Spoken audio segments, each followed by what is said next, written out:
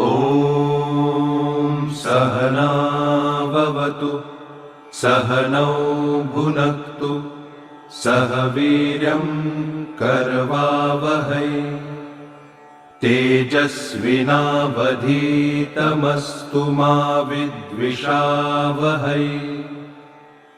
ॐ शान्तिः शान्तिः शान्तिः।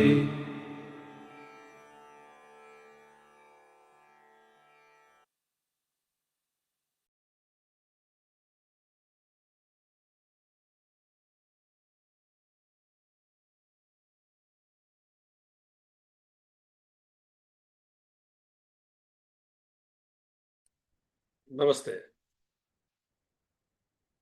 United consciousness, project self, IMA, TCF की तरफ से आप सभी का हार्दिक स्वागत है। दोस्तों, हम लोग उपनिषद सीरीज का अध्ययन कर रहे हैं और आज उसकी पूर्णाहुति है। आज 43वां सेशन है। हम लोग कठोपनिषद की आज पूर्णाहुति करेंगे और कठोपनिषद में हम द्वितीय अध्याय की तृतीय वल्ली का अध्ययन कर रहे हैं। हमने पिछले सेशन में देखा, यमराज ने नचिकेता को कहा कि वह आत्मा अवश्य है, इस प्रकार उसे ग्रहण किया जाना चाहिए।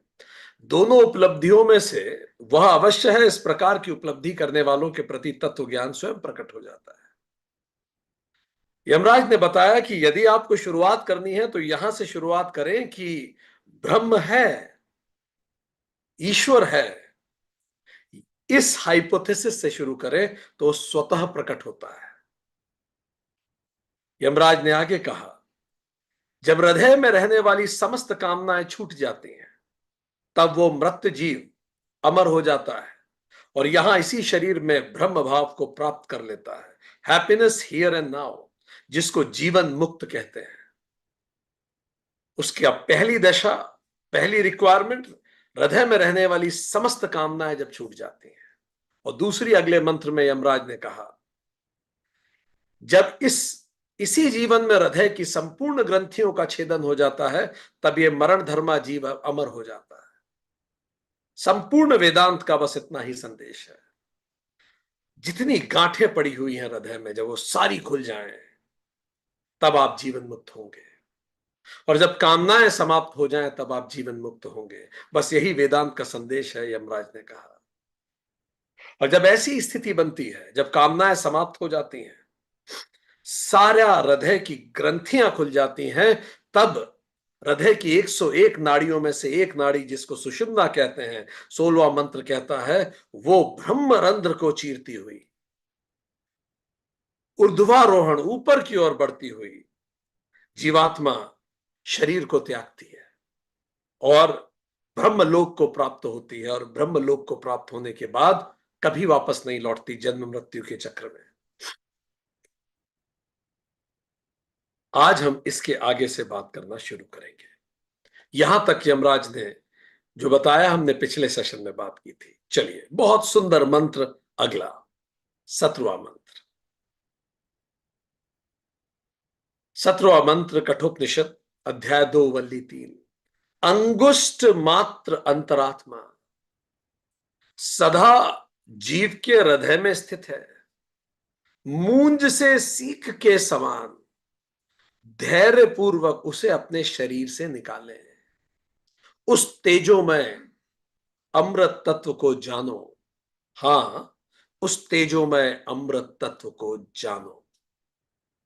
बहुत सुंदर ये मंत्र, हर शब्द सीखने वाला, सिखाने वाला। चलिए जरा इसकी समीक्षा करते हैं, इसमें गहरे उतरते हैं।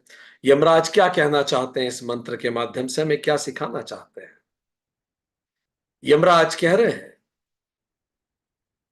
कि अंगुष्ठ मात्र की अंतरात्मा। अब चूंकि यमराज ने यहां अंगुष्ठ मात्र अंतरात्मा कहा, इसीलिए कई किताबों में आपको आत्मा को अंगूठे जैसा बनाया हुआ देखेंगे आप, और वो हृदय में यहां स्थापित दिखाएंगे। वेदांत के देखे, आत्मा का कोई आकार नहीं होता। ध्यान करने में सरलता के लिए निर्गुण को सगुण रूप में विचारा जाता है, बस इतनी सी बात है। जैसे ईश्वर को शिव जी के रूप में, ब्रह्मा जी के रूप में, विष्णु जी के रूप में, अमूर्त को मूर्त रूप में ध्याया जाता है। ध्यान की सुविधा और आनंद के लिए यह किया जाता है, अपने प्रेम के प्रदर्शन के लिए, सुविधा के लिए किया जाता है। हनुमान जी ने हृदय के को चीर के अमूर्त भगवान के मूर्त रूप के स्वरूप का दर्शन कराया। जैसे मेरी मां का जो चित्र है वो मेरी मां नहीं है, मैं जानता हूं, किंतु याद करने के लिए, प्रेम करने के लिए, प्रेम की अभिव्यक्ति करने के लिए वह चित्र मेरी मां का प्रतीक बन जाता है। और फिर जब मैं उसे देखता हूं तो मैं मां को ही देखता हूं। सारे ओलंपिक मेडल, सारे गैलेंट्री मेडल, सारे सम्मान, सारे पुरस्कार, सारे ग्रीटिंग कार्ड्स, ये क्या है? सिंबल्स ही तो हैं। एक अमूर्त का मूर्त सिंबल।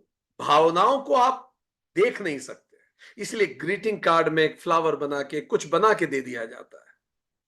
सारे debit cards, credit cards, visiting card, पूरा का पूरा करेंसी, डिनोमिनेशंस, फूल, गुलदस्ते, ऑर्गेनाइजेशन के लोगो, भारत का राष्ट्रध्वज, एम्बलम, सिंबल्स, ब्रांड लोगो, मेरा नाम, आपका नाम, देश का नाम,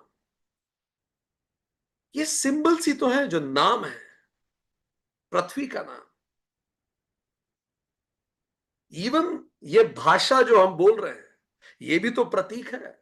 जल्दी से चैट बॉक्स में लिखिए, भाषा किस चीज का प्रतीक है? भाषा भी प्रतीक ही है। हम एक प्रतीकों की दुनिया में जी रहे हैं। क्या लगता है आपको, भाषा किस चीज का प्रतीक है?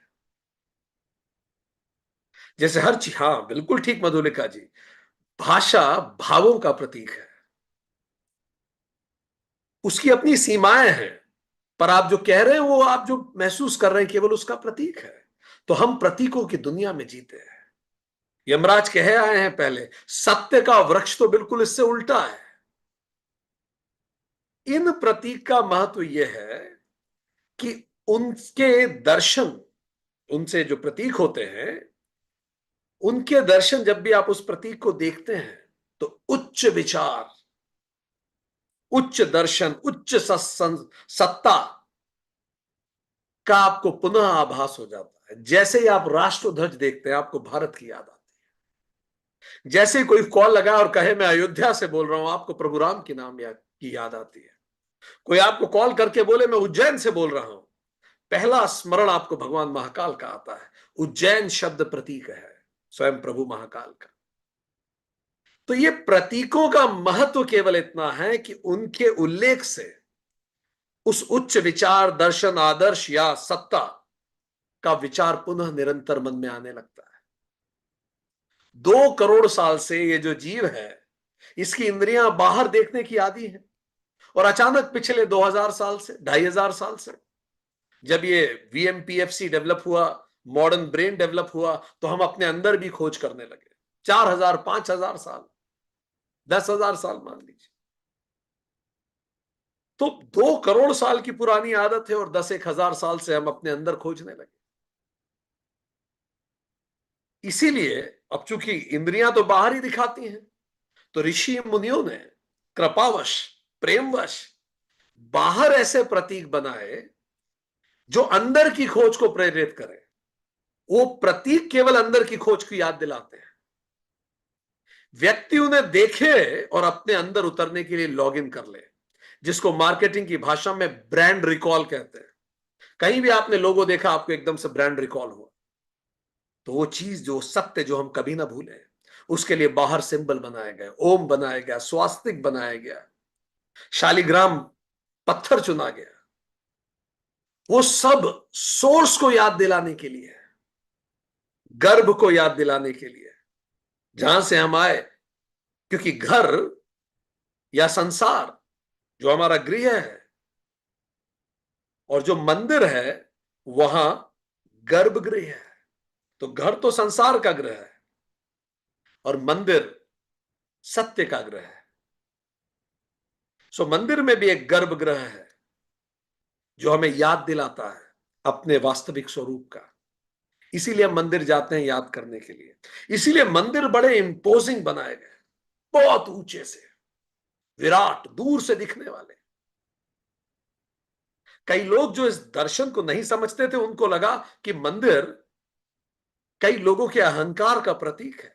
कुछ केसेस में ऐसा हो भी सकता है, पर जो मूल दर्शन था, मंदिर ऊंचे बनाए गए उस उच्च विचार के प्रतीक के रूप में, विराट, ताकि दूर से दिखने लगे। नगर में आने से पहले ही मंदिर की शिखर ध्वजा दिखती थी और वो याद दिलाती थी सबको अपने वास्तविक स्वरूप की। और उसी मंदिर के आसपास नगर बसे, व्यवसाय हुए, कलाकार आए, मूर्तिकार बसे, व्यापारी आए, श्रमिक आए, सैनिक आए। पूरे नगर का केंद्र वो मंदिर होता। क्यों? जैसे जीवन का केंद्र आत्मा है, ऐसे नगर का केंद्र मंदिर होता। आते जाते, खेलते कूदते, व्यवसाय करते, खाते सोते, वो मंदिर दिखता था, बिल्कुल बीच में मंदिर होता, बार बार याद दिलाता। अभी हम नेशनल डिफेंस एकेडमी खड़गवासला गए, बार बार वहां प्रतीक लगे हैं शौर्य के, समर्पण के, बलिदान के। आपको बार बार याद दिलाते हैं कि आप एक सैनिक हो और राष्ट्र के लिए बलिदान करने के लिए ही आप बने हैं। इतनी बार ब्रांड रिकॉल होता है, इतनी बार पर्पस रिकॉल होता है। बस ऐसे ही मंदिर होते थे। मानो पूरा नगर, पूरा अस्तित्व अनजाने में उसी मंदिर की परिक्रमा करता था। उसी मंदिर की परिधि पर क्रम क्रम से घूम रहा था। परिक्रमा, परिधि पर क्रम से घूम रहा था। लगातार सरकमफ्रेंस पे हर व्यक्ति घूम रहा था उसी मंदिर के। व्यवसायी भी घूम रहे थे, बिजनेसमैन भी घूम रहे थे, बच्चे बच्चे सब, क्योंकि मंदिर के आसपास तो पूरा शहर था। सरकमफ्रेंस याद दिलाता रहेगा जब आप परिधि पे घूमेंगे कि कोई केंद्र है और मैं उस केंद्र से कुछ ही दूरी पे हूं। यह हमेशा आपको ध्यान रहेगा, मंदिर केंद्र बना रहेगा और आप क्रम क्रम से घूमते रहेंगे। परिधि पर क्रम से घूमना, परिक्रमा। और धीरे धीरे ये जो क्रम है आपको याद दिलाएगा कि मुझे क्रम मुक्ति पानी है। और धीरे धीरे इवॉल्व होता हुआ वो व्यक्ति अपने रेडियस को कम करता जाएगा और धीरे धीरे मंदिर के गर्भगृह से पुनः प्रकट होगा। इतनी खूबसूरत वैल्यू ड्रिवन इकोनॉमिक सिस्टम हमारे पूर्वजों ने विचार किया। जो टेम्पल टाउन होते हैं, आज भी आप भारत में कहीं चले जाइए, वहां मूल्य दूसरे शहरों की तुलना में कम पतित है। जो भी टेम्पल टाउन है भारत में, आप कहीं भी चले जाइए, उज्जैन चले जाइए, आप चले जाइए काशी चले जाइए, आप तिरुपति बालाजी चले जाइए, आप मदुरई चले जाइए, आप रामेश्वरम चले, टेम्पल टाउन कहीं भी आप चले जाइए, वैल्यू ड्रिवन आपको मिलेगा। आज भी तुलनात्मक टेम्पल वेल्थ का रीडिस्ट्रीब्यूशन करते थे। जो लोगों के पास क्षमता होती थी वो दान देते थे और मंदिर फिर उस दान से लोगों को खाना खिलाते थे। परोपकार के कार्य करते थे मंदिर। बड़े बड़े गार्डन होते थे मंदिरों के आसपास, वो गार्डन मंदिर के होते थे, जिससे इकोलॉजिकल बैलेंस होता था। मंदिर में जब घंटियां बजती थी तो व्यवसायियों को और हर व्यक्ति को याद आता था कि अर्थ और काम तो मैं करूं, पर वो धर्म आधारित हो। अंदर मंदिर में अंदर घंटियां लगातार बजती रहनी चाहिए धर्म की। वो बड़े बड़े गार्डन याद दिलाते थे कि इकोनॉमिक डेवलपमेंट जरूरी है, but not at the cost of environment. मंदिर की घंटियां, मंदिर की आरती याद दिलाती थी लोगों को फेयर ट्रेड के लिए, कि मैं बेईमानी से व्यवसाय ना करूं, भगवान देख रहे हैं। और जब वो फेयर ट्रेड करता था तो मार्केट में ट्रस्ट आता था। और आप तो आज इकोनॉमी के विद्यार्थी अगर आप हैं तो आप जानते हैं पूरी इकोनॉमी ट्रस्ट पे चलती है। ट्रस्ट से लॉन्ग टर्म बिजनेस होता था, इससे प्रॉस्पेरिटी आती थी। हर व्यक्ति उसी टेम्पल टाउन में आके व्यवसाय करता था, सेल्फ रिलायंट इकोनॉमी होती थी। बच्चों को बड़े होकर अपने माता पिता को छोड़ के शहर कमाने नहीं जाना पड़ता था। वही माता पिता की सेवा करते हुए, भगवान की सेवा करते हुए, वातावरण की सेवा करते हुए पूरा जीवन जीते थे। ये हमारे पूर्वजों ने विचार किया। पर कालांतर में दो तरह के लोग हो गए। कुछ लोग इन प्रतीकों में अटक ही गए, उन्होंने प्रतीक से आगे की यात्रा नहीं की। और कुछ लोग थे जो परमात्मा के निकट गए। जो प्रतीकों में अटक गए वहीं से रूढ़ियां पैदा हुई। जो परमात्मा के निकट गए वहां से पीढ़ियां सुधर गई। कर्मकांड प्रतीक है, पर कर्मकांड के पीछे ज्ञान कांड का होना अनिवार्य है। कुछ लोग कर्मकांड करते रहे पर उसके पीछे कोई ज्ञान नहीं था, वो प्रतीकों में अटक गए, रूढ़ियां पैदा हो गई, प्रतीकों को ही परमात्मा मान लिया गया, पुरुष को पदार्थ मान लिया गया। अब सोचिए, 2 करोड़ सालों की इंद्रियों ने ऐसा झटका मारा कि पदार्थ को ही परमात्मा माना जाने लगा और पदार्थ परमात्मा पे हावी हो गया। लोगों ने शास्त्र नहीं पढ़े, भगवान के नाम पे दंगे करे, भगवान के नाम पे लोगों को बांट दिया, अत्याचार किए। पर कुछ ऐसे थे जो परमात्मा के निकट गए, प्रतीकों से परे गए, प्रतीक के पीछे के परमात्मा को भी उन्होंने देखा। उन्होंने प्रतीक में परमात्मा को देखा, पदार्थ में पुरुष को देखा। इससे उनकी चेतना का उन्नयन हुआ। कोई भी कर्मकांड बैक्ड बाय ज्ञान धर्म है, आध्यात्म है, और कोई भी कर्मकांड विदाउट ज्ञान इज ऑर्थोडॉक्सी, वो रूढ़ियां हैं। It is like giving a rose to somebody without having any feeling of respect and love. It is like chanting mantra without understanding the meanings and having feelings for it. It is like telling somebody I love you without meaning it at all. इसलिए स्वामी विवेकानंद जैसे दार्शनिकों को यह कहना पड़ा कि तुम football पूरे ज्ञान और मन से फुटबॉल खेल के मोक्ष प्राप्त कर सकते हो, बिना मन से और बिना समझे, बिना भाव के गीता पढ़ने की तुलना में। तो यहीं से कई तरह के लोग हुए, विचारक, ज्ञानी, बुद्ध लोग हुए।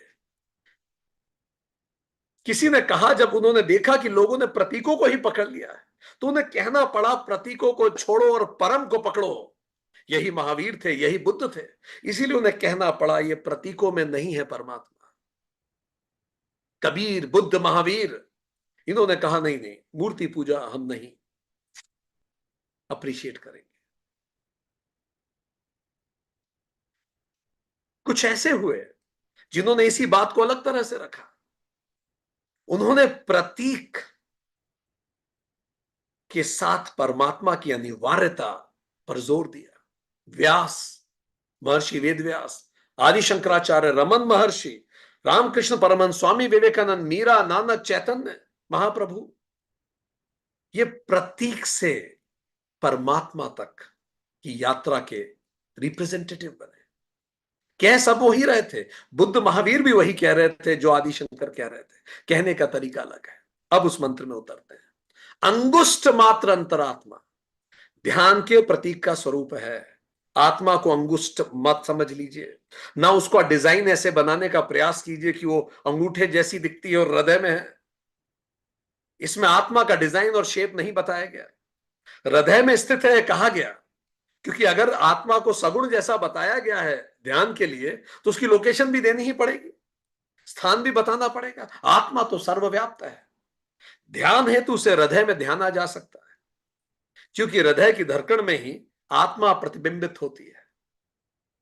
हृदय की धड़कन ने ही यह प्रथम प्रमाण दिया था कि आत्मा का प्रतिबिंबन हो गया है। हमारी आयु हृदय की धड़कन की तो आयु है, पर इसका अर्थ यह नहीं है कि आत्मा यहां है और बाकी जगह नहीं है। और यह कहना कि आत्मा शरीर में आई थी, यह सही सेंटेंस नहीं है। आत्मा तो अचला है, वो तो केवल रिफ्लेक्ट होती है और रिफ्लेक्ट होना बंद होती है। आना जाना थोड़ी होता है, आना जाना तो जीवात्मा का है। सूर्य का प्रकाश पहले भी था, एक कांच के टुकड़े से बस हमने उसको रिफ्लेक्ट कर दिया एक अंधेरे कमरे में, उस कमरे में रोशनी हो गई। कांच का टुकड़ा टूट गया, रोशनी खत्म हो गई। इसका मतलब सूरज चला गया ऐसा नहीं, सूरज अभी भी है। रिफ्लेक्शन का मास चीज खत्म हो गई। यमराज कह रहे अंगुष्ठ मात्र पुरुष अंतरात्मा, अंगुष्ठ मात्र की अंतरात्मा सदा जनानाम हृदय सन्निविष्ट। हर व्यक्ति के अंदर वो परमात्मा बैठा है, हर व्यक्ति के अंदर। फिर यमराज कह रहे हैं मूंज की सींग के समान धैर्य पूर्वक उसे अपने शरीर से निकाले। He is teaching us a method of meditation. He is teaching us a method of dying even. मृत्यु को कैसे प्राप्त हो। मूंज की सींग, मूंज मीन्स घास की पत्ती, घास, सींग उसका जो कोमल भाग है। कई बार आपने पीपल के पत्ते पे से वो कवर निकलता हुआ आपने देखा होगा, ऐसे जिसको अगर आप लोकल भाषा में कहें बाल की खाल निकालना, इतना महीन कार्य है ये, इतना अलर्ट होके करने वाला ये कार्य है। आगे यमराज कह रहे हैं कैसे करेंगे इसे, धैर्येन, धैर्य के साथ, बहुत धैर्य के साथ, जैसे एक पत्ते से उसकी झिल्ली निकाली जाती है, इतने धैर्य के साथ उसे निकालिए। इस हृदय में स्थित एनम हृदया मनीषा, याद कीजिए कठोपनिषद 2.3.9, कैसे निकालेंगे। कठोपनिषद ने कहा भी ये कैसे करना है। एनम हृदया मनीषा मनसा अभिक्लप्तः, इसे हृदय में स्थित मन का नियमन करने वाली, निरंतर मनन करने वाली विशुद्ध बुद्धि से प्रकाशित होती है। निरंतर मनन करना पड़ेगा, कंटिन्यूअस कंटेम्पलेशन अगर आप करेंगे तो आप उस स्थिति में आएंगे कि आप ये कर पाएंगे। और इसी के बारे में कैसे करना है अंत काल में भगवद गीता अध्याय 8 श्लोक 12-13 में एग्जैक्ट प्रोसीजर दी है, जिसकी तरफ यमराज अभी इशारा कर रहे हैं। या यमराज ने जो कहा उसको भगवान कृष्ण ने प्रोसेस भी बता दी, एग्जैक्ट प्रोसेस कैसे ये निकाला जाता है। श्लोक 12 और 13 यमराज आगे कह रहे हैं उस आत्मा को ही शुभ और अमृत जाने। ध्यान दीजिए शब्द है जाने, माने नहीं। मानना तो आप कुछ भी मान सकते हैं, पर जब तक आप जानेंगे नहीं आपके व्यवहार में नहीं आएगा। यमराज कहते हैं तम विद्धात, उसे जाने, शुक्रम अमृतम, शुद्ध और अमृत जाने उसे, उसे जाने आप। और यह बात उन्होंने 2 बार रिपीट की, तम विद्धात शुक्रम अमृतम, तम विद्धात शुक्रम अमृतम, उसको जानिए। मानना अंध भक्ति है, जानना ज्ञानोदय है। अब ध्यान दीजिए यमराज ने पहले क्या कहा था, हाइपोथेसिस ये होनी चाहिए कि वो अवश्य है, तो संभव है कि आप जान पाएंगे। अब यमराज बिल्कुल कह रहे हैं भले हाइपोथेसिस आपने शुरू की कि वो अवश्य है, पर समाप्ति तभी होगी जब आप उसे जान जाए। मानना नहीं है, उसे जानना है। बिना जाने मानना अंध भक्ति है, जानना ही ज्ञानोदय है। श्रवण करें शास्त्रों का गुरु से, फिर उस पर मनन करें। कैसे, 2.3.9 कठोपनिषद, निरंतर कंटिन्यूअस कंटेम्पलेशन, टाइम पास नहीं, कुछ ना कर रहे हो तो ये कर ले नहीं, निरंतर मनन होना चाहिए। श्रवण मनन निदिध्यासनम, फिर इंटरनलाइजेशन बाय डायरेक्ट एक्सपीरियंस, उसका प्रत्यक्ष एक्सपीरियंस लीजिए। Practice it, live it, B it, Yamraj कहते हैं। तो जैसे ये कठोपनिषद का आज सेशन तो खत्म हो जाएगा, पर ये कठोपनिषद आपके अंदर गूंजना चाहिए।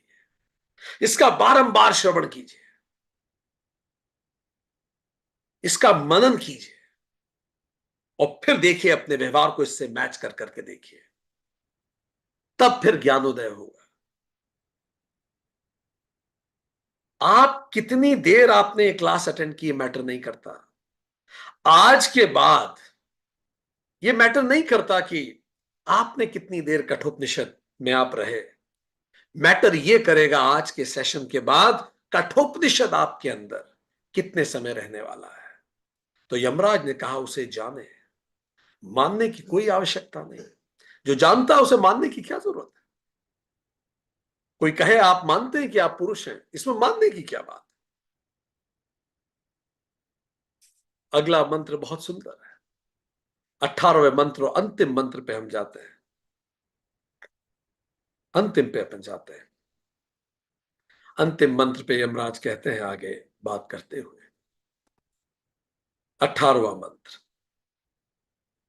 मृत्यु देवता द्वारा कही गई इस विद्या को और संपूर्ण योग विद्या को पाकर नचिकेता ब्रह्म भाव को प्राप्त करके धर्म अधर्म शून्य और मृत्युहीन हो गया।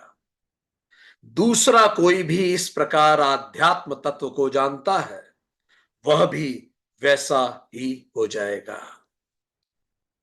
इति श्री। जरा समझें अंतिम मंत्र को। अंतिम मंत्र में यमराज बहुत सुंदर बात कह रहे हैं। हर मंत्र नगीना है। यमराज क्या कह रहे हैं उस मंत्र में? ये मंत्र इतना सुंदर है। मंत्र की शुरुआत होती है मृत्यु प्रोक्तम, मृत्यु प्रोक्तम, मृत्यु द्वारा कही गई जीवन विधि। ये शब्द ही कितना सुंदर है। मृत्यु स्वयं जीवन सिखा रही है। मृत्यु प्रोक्तम। यह कठोपनिषद दुनिया का एकमात्र ग्रंथ है जहां मृत्यु जीवन सिखाती है। एज दे से in management terms, begin with the and in mind. कहां खत्म करना है उसको फिक्स कीजिए, उस अनुसार चलना शुरू कीजिए। बड़े मैनेजर्स, बड़े विचारक, बड़े बड़े प्रेसिडेंट्स हमेशा इस रूल को फॉलो करते। They begin with the and in mind. कहां पहुंचना है उस अनुसार चलेंगे जीवन में, वैसी योजना बनाएंगे। तो मंत्र कहता है 18वां, मृत्यु प्रोक्तम, मृत्यु द्वारा कही गई इस जीवन विधि को नचिकेता अथ लब्धा। नचिकेता इसे प्राप्त करके, विद्यामेताम, इस विद्या को जानकर, योग विधिम च, इसकी प्रक्रिया को भी समझकर, कृत्स्नम ब्रह्म प्राप्त, संपूर्ण ब्रह्म भाव को प्राप्त हो गया। नचिकेता को जब यमराज ने सब बताया तो नचिकेता उस ब्रह्म भाव को प्राप्त हो गया। पर यमराज आगे जोड़ते हैं कि नचिकेता ब्रह्म भाव को तो प्राप्त हो गया, पर उसने जीवन कैसा, उसका जीवन कैसा हुआ? विरजः, धर्म अधर्म से रहित, विमृत्यु, मृत्युहीन, मृत्युहीन, अभूत हो गया। नचिकेता जीवन मुक्त हो गया, धर्म अधर्म से रहित हो गया, मृत्युहीन हो गया और जीवन मुक्त हो गया। क्या मतलब है इसका? धर्म अधर्म से रहित का क्या मतलब? देखिए, धर्म और अधर्म ये पदार्थ पे लागू होते हैं। क्या है धर्म? It is the natural order of the universe. Universe का, पदार्थ का नेचुरल ऑर्डर धर्म है, प्रकृति का नेचुरल ऑर्डर धर्म है। ये धर्म पुरुष धर्म के भी परे है। जो स्वयं पुरुष हो गया उस पर कुछ लागू नहीं होता। जो मोक्ष प्राप्त हो गया, जो जीवन मुक्त हो गया, अब तो केवल उस इस इंस्ट्रूमेंट में है। जैसे कोई रोबोट चलाता हो, वो इस शरीर से तादात्म्य नहीं रखता, doesn't relate with the body. Body he needs because it is the home. ये घर है, पर इसको स्वस्थ बनाए रखना जरूरी है जब तक हम यहां हैं। तो ये अर्थ, काम और धर्म, ये तीनों पुरुषार्थ प्रकृति पे लागू होते हैं, पदार्थ पे लागू होते हैं। पर जो स्वयं पुरुष हो गया, जीवन मुक्त हो गया, उस पर लागू नहीं होते। वो धर्म अहित और अधर्म दोनों से रहित है। अब वह जो करता है वही धर्म है। वो धर्म के अनुसार नहीं चलता। धर्म क्या होता है आप उसको देख के समझ लीजिए। अब जो करता है बस वही धर्म है। वो जैसे जीता है वही धर्म है। उसका जीवन स्वयं धर्म है। यही बात जब मारीच को रावण ने भेजा था श्री राम के पास, तो मारीच ने रावण को कहा था, रामो विग्रवान धर्म। अगर धर्म कभी रूप ले तो राम ही होगा। राम विग्रवान धर्म। तो ऐसा व्यक्ति जैसा जीता है वही धर्म है, जीवन मुक्त। भगवान कृष्ण भगवत गीता के समापन में भी यही कहते हैं, याद कीजिए, लिखिए वो क्या कहते हैं गीता के समापन में, 18.66, बिल्कुल यही भाषा जो यमराज ने कहा, धर्म अधर्म से विहीन हो गया। कृष्ण भी ऐसा ही कुछ कहते हैं, याद आ रहा है आप लोगों को? ठीक।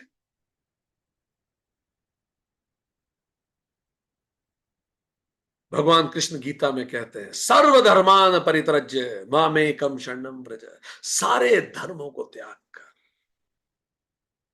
तू मेरी शरण में आ जा। हमारे धर्म और अधर्म हमारे कर्मों से संबंधित है, कर्म कर्तापन से संबंधित है, और जीवन मुक्त में कर्तापन का भाव ही नहीं होता, तो उसके कर्म धर्म की स्वतः अभिव्यक्ति होते हैं।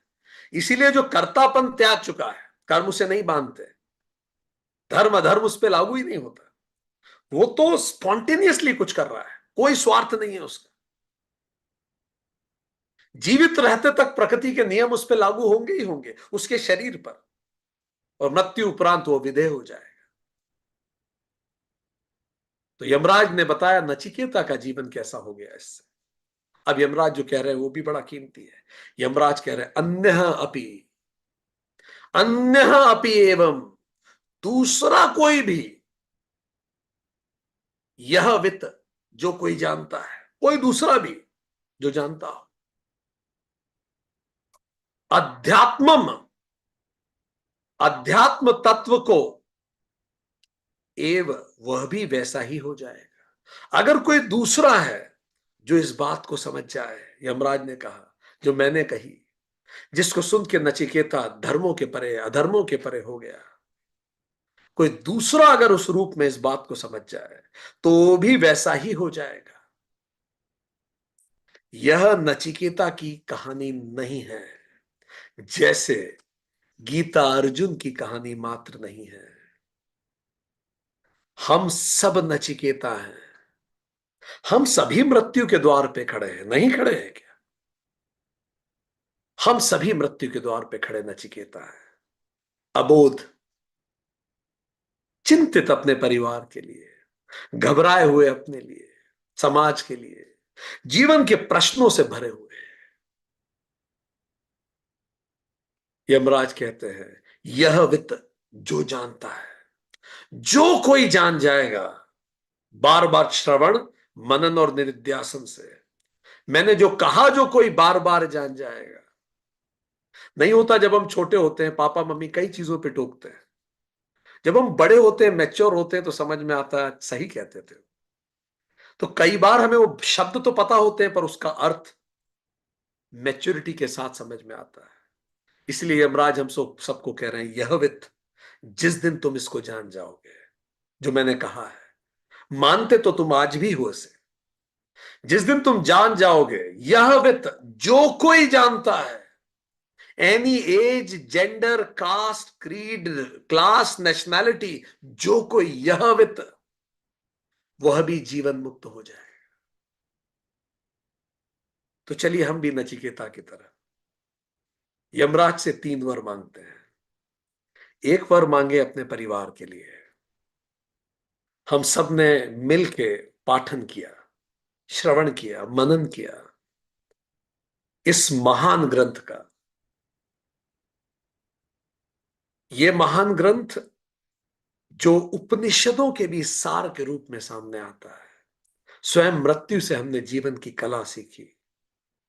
तो अपने परिवार के लिए पहला वर मांगते हैं, सभी परिवार के सदस्य आनंदित हो, स्वस्थ हो, संपन्न हो, प्रसन्न रहे। जैसे नचिकेता ने पहला वर अपने पिताजी के लिए मांगा था।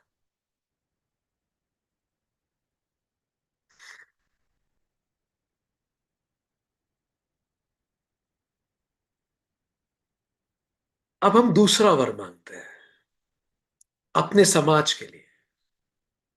जैसे नचिकेता ने अग्नि विद्या मांगी थी, एक सशक्त समाज बने, एक समान समाज बने, समृद्ध समाज बने, पूरे मन से एक सशक्त समान समृद्ध समाज की स्थापना हो, जहां सब समान हो, एक दूसरे को प्रेम करते हैं।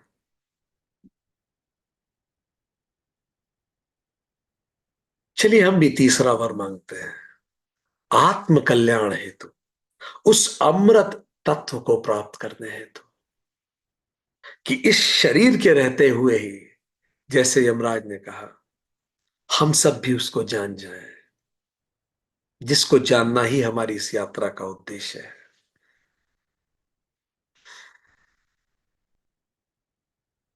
छांदोग्य उपनिषद कहता है, यदि ये ज्ञान सूखे ठूंठ को भी कहा जाए तो उसमें भी शाखाएं निकल आएंगी, पत्ते फूट पड़ेंगे। छांदोग्य 5.68। तो ये यात्रा, ये सुंदर यात्रा भगवान यमराज के मार्गदर्शन में हम सब ने मिलकर की। अब हम लोग इस यात्रा का एक ओवरऑल व्यू देखेंगे, ताकि शुरू से अभी तक हमने क्या पढ़ा उसको हम बेहतर समझ सकें। तो पहले अध्याय में एक एक करके हम इस पूरे यात्रा को फिर से अपने दिमाग में जागृत करते हैं। शुरुआत हुई थी प्रथम अध्याय प्रथम वल्ली कठोपनिषद। हम जानबूझ के हाथ से इसलिए लिखते हैं कि हमारी ऊर्जाएं भी आप लोगों तक पहुंचे। हर चीज टाइप नहीं हो सकती। शुरुआत हुई थी एक जीवन रूपी यज्ञ से, जिसमें नचिकेता के पिताजी बूढ़ी गाय दान दे रहे थे। मंत्र 2 ने कहा, ऐसा देखते हुए नचिकेता के मन में श्रद्धा उठी। नचिकेता ने पिताजी को ध्यान की दान की व्याख्या करके बताया कि पिताजी, दान तो उस वस्तु का किया जाता है जो हमें प्रिय हो। चलिए हम भी अपने जीवन में दान करने की परंपरा डालें।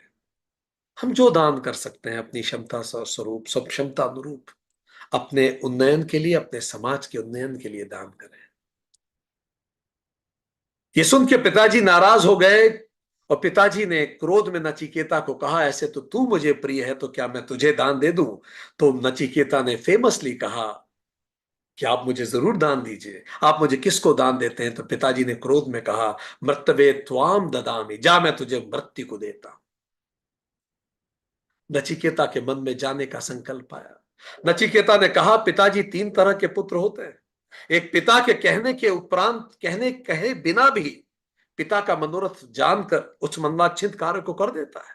दूसरा कहने पे कर देता है, पर तीसरा कहने पे भी नहीं करता। पहला उत्तम होता है, दूसरा मध्यम और तीसरा अधम होता है। अब आपने कह दिया है और मैं ना करूं तो मैं अधम पुत्र हो जाऊंगा। अब आपने कहा है तो मैं जरूर करूं। चलिए हम भी अपने रिश्तों में उत्तम पुत्र बने, एक दूसरे की बातें बिना कहे हम समझ सकें। नचिकेता ने आगे कहा, पिताजी को समझाया कि तीनों काल का अवलोकन करने पर मनुष्य तो अन्न की तरह पकता है और खत्म हो जाता है पिताजी। चलिए हम भी इस बात को ध्यान रखें कि हम कुछ पल के लिए इस धरती पे आए हैं। It is a short trip, let's make it memorable. सभी को माफ करें, सभी से क्षमा लें। नचिकेता यमलोक चला गया और 3 दिन तक वही निराहार रहा। हम भी नचिकेता जैसे तपस्वी बने, लक्ष्य प्राप्ति तक तप करते रहे। नचिकेता ने कहा, पानी भी नहीं पीऊंगा जब तक यम से मिल ना लूं। ऐसा ही ब्राह्मण तत्व हम सब में हो। नचिकेता के इस संकल्प को देख के यम द्वारा ब्राह्मण तत्व का उल्लेख किया गया और हर दिन के लिए एक वर दिए गए, तपस कीजिए, तुम स्वयं देखना, ये तपस रंग लाएगा। ये तपस जरूर रंग लाएगा। आप जहां भी जो भी तप कर रहे हैं, तुम स्वयं देखना, ये तपस रंग लाएगा। हर किरण आपकी सूरज बन के आएगी। आप तपस करते रहिए। पहला वर मांगा यमराज से उसने, पिता प्रसन्न हो। हम एश्योर करें, हमारे माता पिता जो हमें इस दुनिया में लाए हैं, कई उनकी बातें हमें चोट पहुंचाई भी होगी, पर वो हमें इस दुनिया में लाए हैं, यही संपूर्ण इनफ है हमारे लिए। उनकी प्रसन्नता को शिरोधार्य करें, जो संभव हो सके वो करें। उनको वर प्राप्ति हुई। दूसरा, स्वर्ग लोक का महत्व। नचिकेता ने पूछा, स्वर्ग जाने के लिए साधन भूत अग्नि मंत्र 13, मंत्र 12 स्वर्ग लोक के महत्व पे बात हुई, मंत्र 13 साधन भूत अग्नि किस प्रकार होती है। यमराज ने बताया वो जो साधन भूत अग्नि है विद्वानों की बुद्धि में स्थित है। अग्नि विद्या 15वें मंत्र में, 14वें मंत्र में बुद्धि में स्थित होना बताया, 15वें मंत्र ने बोला अग्नि विद्या का पूरा कर्मकांड बताया। और चूंकि तूने ये पूछा है तेरे माध्यम से लोगों तक पहुंचेगा, इसलिए 16वें मंत्र ने बोला अब इसी इसी को नचिकेत अग्नि कहा जाएगा। और 17वें मंत्र ने त्रिनाचिकेत अग्नि के बारे में बात की कि हर आश्रम को हमें समय रहते त्याग देना है। ब्रह्मचर्य आश्रम क्या एक समय आएगा उसको त्यागें और गृहस्थ की तरफ आगे बढ़े, जिम्मेदार बने। इसीलिए फिर से खुद को तपाएं, पहली नचिकेत अग्नि। फिर गृहस्थ आश्रम को भी त्यागें और वानप्रस्थ की तरफ जाएं। अब अगली पीढ़ी को जिम्मेदारी दें, दखल समाप्त करें और अपने उन्नयन पे विचार करें, अपने आध्यात्मिक उन्नयन पे विचार करें। ये दूसरी नचिकेत अग्नि है। और फिर एक समय जब आए जब हम पूरी तरह से पक जाएं आध्यात्मिक रूप से, वानप्रस्थ को संन्यास में बदल दें, त्रिनचिकेत अग्नि। 18वां मंत्र कहता है त्रिनचिकेत अग्नि का फल शोक रहित स्वर्ग व्यक्ति प्राप्त होता है अगर आप इस प्रकार जीवन जीते हैं। चारों चारों स्टेशन से गुजरते हैं, केवल दो ही स्टेशन को डेस्टिनेशन नहीं बनाते। हम सब संन्यास को उपलब्ध हो। 19वां मंत्र, तीसरा वर कब मांगे। संन्यास का मतलब जंगल जाने से नहीं है, वो मानसिक अवस्था है। अब तीसरा मंत्र मांगे, 20वें मंत्र, तीसरा वर मांगो। 20वें मंत्र ने नचिकेता ने कहा मृत्यु के उपरांत क्या होता है। कोई कहते हैं वो हो रहता है, कोई कहते हैं कुछ नहीं बचता, सत्य क्या है। यमराज ने कहा 21वें मंत्र ने देवताओं को भी ये बात नहीं पता, कुछ और मांग ले। 22 में नचिकेता ने कहा तुम तो श्रेष्ठ वक्ता हो, यही मैं मांगूंगा, आपसे बात हो रही है, अब फिर कब मिलेंगे आप जैसा वक्ता हो तो और क्या मांग सकते हैं। हमेशा याद रखिए परमात्मा से मांगे तो कुछ ऐसा मांगे जो वर्थ हो उसका, क्या छोटी छोटी चीजों को उससे मांगना। मंत्र 23 से 25 तक 18 प्रकार के प्रलोभन दिए नचिकेता को। चलिए हम सब नचिकेता बने, अपने जीवन के लक्ष्यों के प्रति कितने ही प्रलोभन आए हम अपने लक्ष्य की तरफ बढ़ते जाएं जैसे नचिकेता बढ़ा। 26वें मंत्र में नचिकेता ने कहा कि भोग तो नश्वर है, इंद्रियां क्षीण हो जाएंगी, जीवन क्षणिक है। 27 में उसने कहा धन से कभी तृप्ति किसी की हुई है, और जब मृत्यु समक्ष खड़ी हो तो कौन धन मांगता है। और धर्म के शासन का महत्व ही कुछ और है। इसीलिए मैं संपत्ति नहीं चाहता। आठों तर्क के द्वारा यमराज ने 28वें, नचिकेता ने 28वें मंत्र में कहा कि जराग्रस्त होना और मृत्यु तो अटल है, मैं कितना ही भोग लूं एक दिन तो मुझे जाना ही है, सुख एक दिन तो खत्म हो ही जाएंगे, तो जो खत्म होना ही है उसको क्या मैं मांगू। 29वें मंत्र में यमराज से नचिकेता ने कहा नात्यम तस्मात नचिकेता वृणीते, इसीलिए मैं और कुछ नहीं चाहता, दृढ़ संकल्प हो तो नचिकेता जैसा।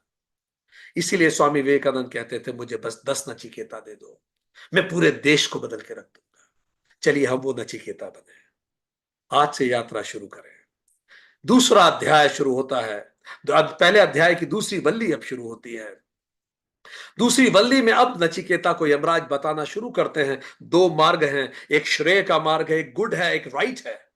अच्छा तो बहुत कुछ लगता है पर जो सही मार्ग पे चलता है वही व्यक्ति, दूसरे मंत्र में कहा धीर व्यक्ति है। पर मूड कौन होता है, जो तुरंत इमीडिएट प्लेजर के लिए लॉन्ग टर्म लॉस अपना करता है। धीर व्यक्ति जिसमें धैर्य होता है, जो विद्वान होता है, वो लॉन्ग टर्म लक्ष्य पे हमेशा नजर टिका के रखता है, क्षणिक हितों के लिए लॉन्ग टर्म नुकसान नहीं करता। तीसरे मंत्र में यमराज ने कहा तू नचिकेता तू धीर है, इसलिए मैं तुझे बताऊंगा। यमराज ने कहा दो तरह की विद्या, एक है विद्या, एक है अविद्या। विद्या और अविद्या विपरीत स्वभाव की है, विपरीत बल फल देती है, अलग अलग फल देती है। विद्या वो जो मुक्त कर देती है और अविद्या वो जो संसार में लगाए रहती है। जो संसार में लगे रहते हैं, यमराज ने कहा उनकी स्थिति मूढ़ों की तरह होती है। और वो जो संसारिक लोग एक दूसरे से प्रभावित होते हैं वो वैसा ही है जैसे एक अंधा दूसरे अंधे से प्रभावित हो। एक अंधा दूसरे अंधे का हाथ पकड़ ले कि मुझे रास्ता दिखा दे। यमराज ने कहा मूढ़ है वो सब लोग। और यमराज ने पांचवें छठे मंत्र में सुंदर बात की, ऐसे मूढ़ ही मेरे बंधक बनते हैं। मैं तो ढूंढता हूं ऐसे मूढ़ों को जो जीवन के बड़े लक्ष्यों से प्रेरित ही नहीं है। वो बस रोटी कपड़ा मकान ये मिल जाए वो मिल जाए और खत्म हो जाऊं, तो इनको तो खत्म करने के लिए ही मैं तत्पर हूं। पर तू धीरवान है नचिकेता। 7वें मंत्र में यमराज कहते हैं तू कुशल लब्धा है, तू समझ सकता है जो मैं कहने जा रहा हूं, और मैं हूं आश्चर्य वक्ता। ऐसी जोड़ी कभी कभी होती है। अभेददर्शी आचार्य के द्वारा बोला गया, और ऐसा कुशल लब्धा विद्यार्थी हो। 8वां मंत्र कहता है तो ही ये तत्व समझा जा सकता है। 9वां मंत्र कहता है क्योंकि ये बड़ा सूक्ष्म विषय है, ये सूक्ष्म सूक्ष्म है, ये तर्कों से भी परे है, ये बुद्धि से परे है, ये सोचने और समझने के विषय नहीं है, ये प्रत्यक्ष अनुभव का विषय है। 10वें मंत्र ने बोला मैं वो अनुभव करवा सकता हूं क्योंकि मैंने किया है। यमराज ने कहा मैं योग्य हूं, मैं स्वयं मृत्यु हूं। 11वें मंत्र में यमराज ने कहा और तू योग्य है क्योंकि तूने 18 प्रकार के प्रलोभन भी छोड़ दिए। इसका मतलब तू पूरी तरह से तैयार है, तू जाने को तैयार है जिसको 12वें मंत्र ने कहा बुद्धि की गुफा में जो राज सौंपा है तेरे। इसीलिए तो ये सब सुन के हमें अच्छा लगता है क्योंकि हम सबको कहीं गहराई से पता है यही सत्य है। यमराज कहते हैं इसको सुनकर समझकर आचरण कर और आनंद को प्राप्त करना होगा। जो मैं बताने जा रहा हूं तू उसको सुन, उसको समझ और उसको आचरण कर। श्रवण मनन और निधिध्यासन कर, इसी से आनंद मिलेगा। यमराज ने कहा, नचिकेता ने कहा वही जानने में आया हूं मंत्र 14 कि धर्म अधर्म कार्य कारण भूत भविष्य के परे क्या है, धर्म और अधर्म के परे क्या है। देखिए आखिरी में भी नचिकेता को यमराज ने कहा अब तू धर्म अधर्म के परे हो गया। यमराज ने उत्तर दिया मंत्र 15 जिसे वेद गाते हैं, तप ब्रह्मचर्य जीवन के हर लक्ष्य का अंतिम लक्ष्य जो है वह ओम है। 16वें मंत्र में नचिकेता ने कहा ओम अगर तू सामने रख ले तो सगुण है, तू आत्मा अर्पित कर ले तो निर्गुण है, वही सब कुछ है। 17वें मंत्र में नचिकेता को यमराज ने कहा ओम ही परम आलंबन है, तू उसी से बना है, वही वाइब्रेशन है जिससे पूरी सृष्टि बनी है, तू ही उससे बना है और तू वही आत्मा है। 18 से 22 में यमराज ने नचिकेता को आत्मा के 20 गुणों के बारे में बताया। फिर यमराज ने बताया कौन इस आत्मा को आत्मसात कर सकता है। 20 से 23 जो निष्काम हो, कामनाओं से भरा हुआ ना हो। याद कीजिए आखिरी में भी नचिकेता को यमराज बताते हैं कामनाओं के परे होना जीवन मुक्त के लिए जरूरी है। दूसरा जो शांत हो, शांत रहता हो। तीसरा जो आत्मा का वर्ण करने वाला हो, प्रायोरिटी दे, प्रेफरेंस दे मुमुक्षुत्व को। नचिकेता ने यह भी बताया कौन इस आत्मा को कभी अनुभूत नहीं कर सकता। नचिकेता को बताया 23-24 मंत्र में जो पापी हो, जो गलत कार्य करता हो, संभव ही नहीं है। इसका मतलब शरीर से रिलेट बहुत गहरा करता है। जो अशांत रहता हो और जो नॉन मेडिटेटिव हो, असमाहित हो, ऐसा व्यक्ति आप, क्योंकि आत्मा को समझने के लिए आपको शांत मेडिटेटिव होना जरूरी है। यमराज ने कहा इस प्रकार 25वां मंत्र साधन संपन्न विज्ञ पुरुष ही आत्मा को अनुभूति कर सकता है। कौन सा? जिसमें इस प्रकार के साधन, वही आत्मा की अनुभूति कर सकता है। प्रथम अध्याय 2वीं वल्ली खत्म हुई। यमराज ने अब कैसे इसको किया जाए, यमराज ने और गहराई से बताना चालू किया। यमराज ने कहा यह आत्मा धूप है और ये जगत छांव है। धूप और छांव की बात है, और ये तीनों नचिकेत अग्नि, त्रिनचिकेत अग्नि और पंचाग्नि, जो 5 हमारे यज्ञ हैं वो सब तू कर। अपने जीवन में जीते जीते ये पंचाग्नि कर। अपने माता पिता के लिए कार्य कर, अपने गुरु के लिए कार्य कर, अपने समाज के लिए कार्य कर, अपनी सृष्टि के लिए कार्य कर, मनुष्यता के लिए कार्य कर। ये करते करते जब तू और मैच्योर होगा तब तू जानेगा कि धूप इन सबसे परे है।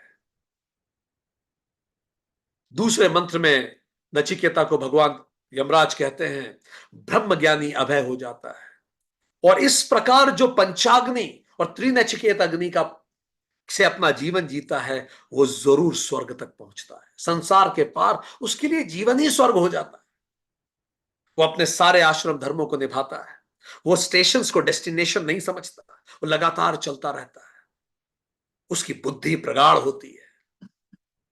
वो ये जानता है, जो मंत्र 3 में यमराज ने कहा कि आत्मा रथी है मेरे पूरे अस्तित्व की, शरीर रथ है, बुद्धि सारथी है, मन लगाम है, इंद्रियां घोड़े हैं, मंत्र 4, विषय मार्ग है, जीवात्मा भोगता है, और इसी रथ से हमारी यात्रा होती है सेल्फ रियलाइजेशन की। पर जो लोग नहीं समझते, जो छांव में ही रहना चाहते हैं, पांचवा मंत्र बोलता है ऐसा अविवेकी, उनका मन चंचल होता है, उनमें दुष्ट अश्व होते हैं, वो मन के पीछे ही भागते रहते हैं। छठा मंत्र कहता है पर विवेकी का समाहित मन होता है, फिक्स्ड, एकाग्र चित्त, निरुद्ध की तरफ वो बढ़ता है। अच्छे अश्व होते हैं, वो अपनी इंद्रियों को नियंत्रित कर पाता है। सातवां मंत्र कहता है अविवेकी का स्थिर, अस्थिर मन होता है, कलुषित मन होता है, वो जन्म मरण के चक्र में फंसा रहता है। पिछले अध्याय में कह रहा है बार बार मैं उनको पकड़ता हूं। आठवां मंत्र कहता है पर जो विवेकी होता है उसका मन स्थिर होता है, पवित्र होता है, वही परम पद को प्राप्त करता है। यमराज ने कहा वही कुशल सारथी होता है। ये जो इंद्रियों और मन का और ये जो आत्मा का पूरा शरीर जो रथ है, इसका कुशल सारथी वही है जो विवेकी है। 10वें मंत्र ने कहा कि अपने विषयों से, विषय इंद्रियों से ज्यादा ताकतवर होते हैं, इंद्रियों को खींच लेते हैं, पर इंद्रियों पर विषयों से भी ज्यादा ताकतवर मन है। अगर कोई मन संकल्पित कर ले तो इंद्रियों के पीछे नहीं भागेगा। और मन से ज्यादा ताकतवर बुद्धि है। अगर मन चंचल हो तो एक बड़ा लक्ष्य चुने जीवन में, मन भी शांत हो जाएगा। और बुद्धि से भी परे परम महातत्व है, बुद्धि से भी परे मैं अपनी बुद्धि को महातत्व से जोड़ दूं, इस कॉस्मिक इंटेलिजेंस से जोड़ दूं। 11वां मंत्र ने कहा इस कॉस्मिक इंटेलिजेंस से भी परे अव्यक्त है, वो अव्यक्त जो परम प्रकृति है, मूल प्रकृति है, वो इस कॉस्मिक इंटेलिजेंस से भी परे है, वो ईश्वर है। और जब मैं कॉस्मिक इंटेलिजेंस के साथ एकाकार हो जाता हूं, तब मैं ईश्वर से एकाकार, जीव ईश्वर ऐक्यम होता है, और अव्यक्त से भी परे पुरुष है। और तब मैं उस ईश्वर के अमूर्त रूप को जानता हूं और मैं ब्रह्म हो जाता हूं, और पुरुष ही परम पद है। तब मैं ब्रह्म को प्राप्त कर लेता हूं। यही जीवन का सार है, यमराज ने कहा बस ऐसे जीना है।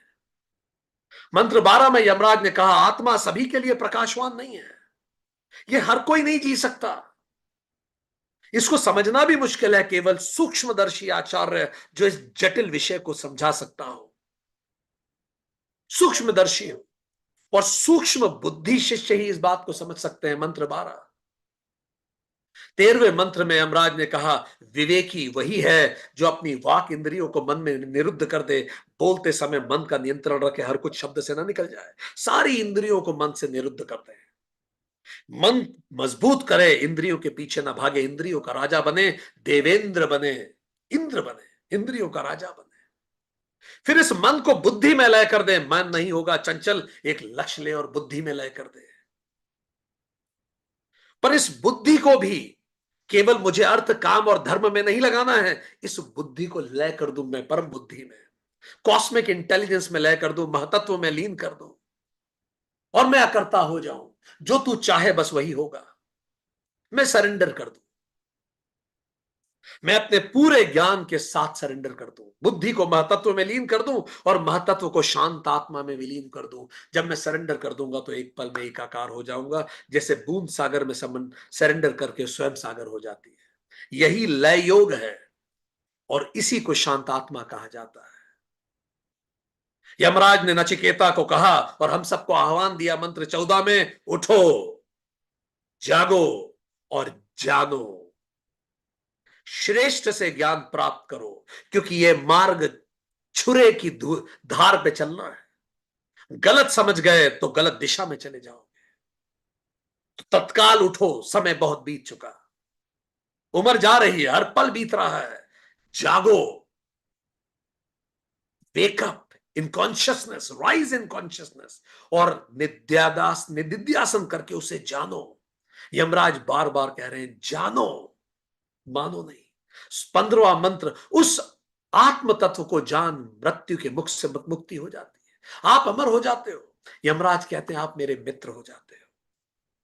16वां मंत्र कहते हैं, यमराज स्वयं कहते हैं मुझसे सीखो, यमराज से सीखो और सारी सृष्टि नचिकेता बनो और ब्रह्मलोक को प्राप्त करो, इसीलिए तो मैंने ये बोला है। मंत्र 16। मंत्र 17 में यमराज कहते हैं पवित्रता से ब्राह्मण सभा में ब्राह्मणों की सभा में रहो, श्राद्ध काल में सुनो, अपने पूर्वजों को सुनाओ, क्योंकि यमराज ने कहा यह ज्ञान तो देवता भी नहीं जानते। देवता या पितृ केवल वो हैं जो हमसे पहले शरीर त्याग चुके, पर यह ज्ञान उन्हें भी सुनाओ। श्राद्ध काल में इसको पढ़ो, ताकि वो भी सुने जो पितृ हैं, वो भी सुने जो पुत्र हैं, और अमृतत्व को प्राप्त करो, यमराज ने कहा। इसी के साथ प्रथम अध्याय की तीनों वल्लियां समाप्त होती हैं। इसके बाद यमराज दूसरे अध्याय की तरफ जाते हैं। दूसरा अध्याय की शुरुआत यमराज और गहरा और गूढ़ उतरते हैं।